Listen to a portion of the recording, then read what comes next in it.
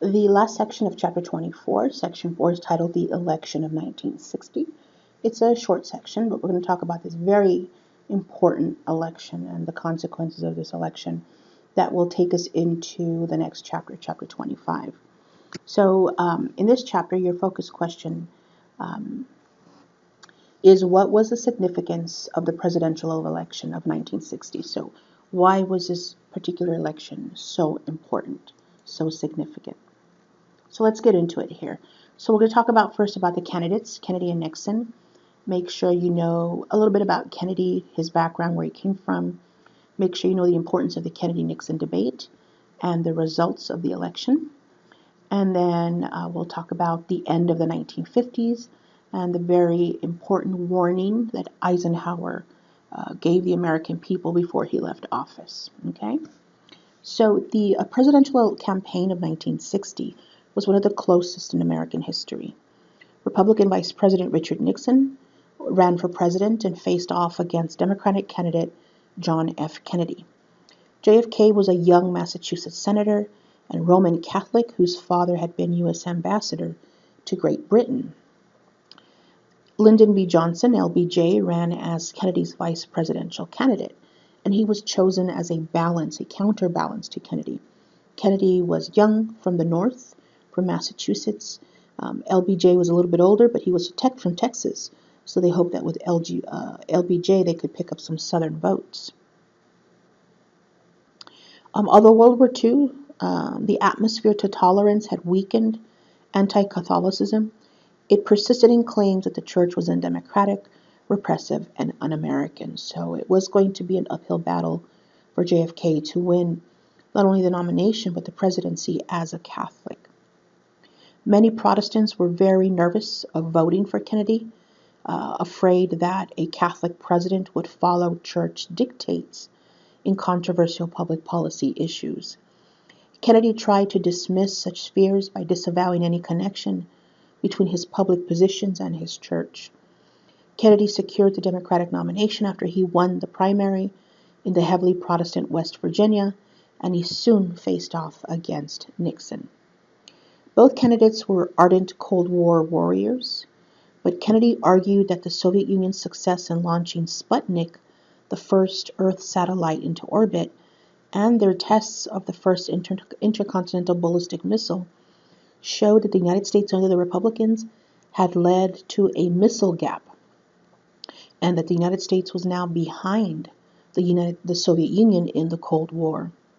Both Kennedy and Nixon knew that the U.S. military and economic capacity was far greater than the Soviets, but Kennedy's criticisms convinced many Americans that new leadership was needed. Kennedy's stylish wife, Jacqueline Kennedy, also charmed many Americans who seemed to want a young and energetic first family. In the first ever televised debate, the handsome Kennedy beat Nixon, who had a cold and seemed tired and nervous. He kept kind of wiping, and so television here would change politics forever, because it is now about what we see, those sound bites, how it's said, not necessarily what is said. Those who listened to the debate on the radio thought that Nixon had won the debate based on what he actually had to say. But in fact, Kennedy won by a very narrow margin, winning the popular vote by only 120,000 votes. In January 1961, shortly before leaving office, President Eisenhower delivered a televised farewell address.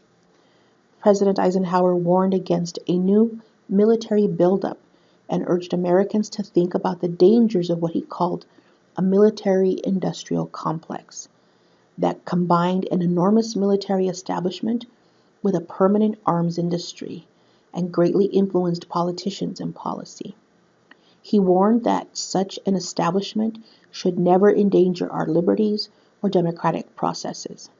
But most Americans saw the military-industrial establishment not as a threat, but as a source of jobs and national security. The Vietnam War soon made President Eisenhower's words of caution seem very relevant. By the 1960s, the foundations of 1950s life seemed to be collapsing. Cars and the chemicals produced and released by new consumer goods were found to be spoiling the environment and giving people cancer.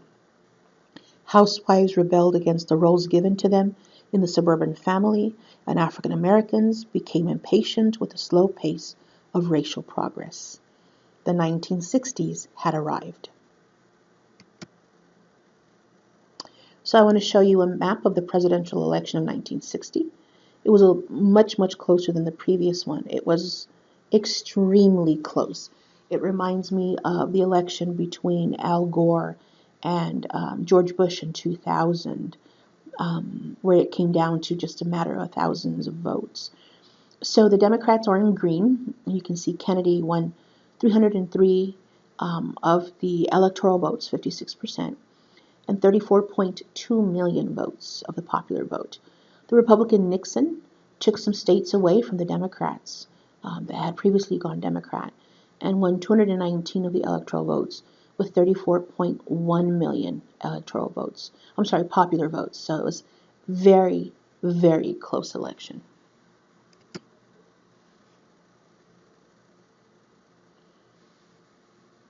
And here you have some of the campaign products that flooded the election against Catholicism, afraid that a Catholic being president would put the country under the rule of the Catholic Church, under the Vatican, which of course is not the case, because we have a precedent. It's in our Constitution, separation of church and state, so that will not happen. And just a quick image here of John F. Kennedy and his wife Jacqueline. They were young, in their 40s, had 2 small children. They were good-looking people, and they really kind of energized America and the presidency. But as we know, that's going to be cut short with JFK's assassination, and we'll discuss that in the next chapter. So make sure you understand the importance of the election of 1960 and the results of that election. And if you have any questions on that, feel free to contact me. Talk to you later.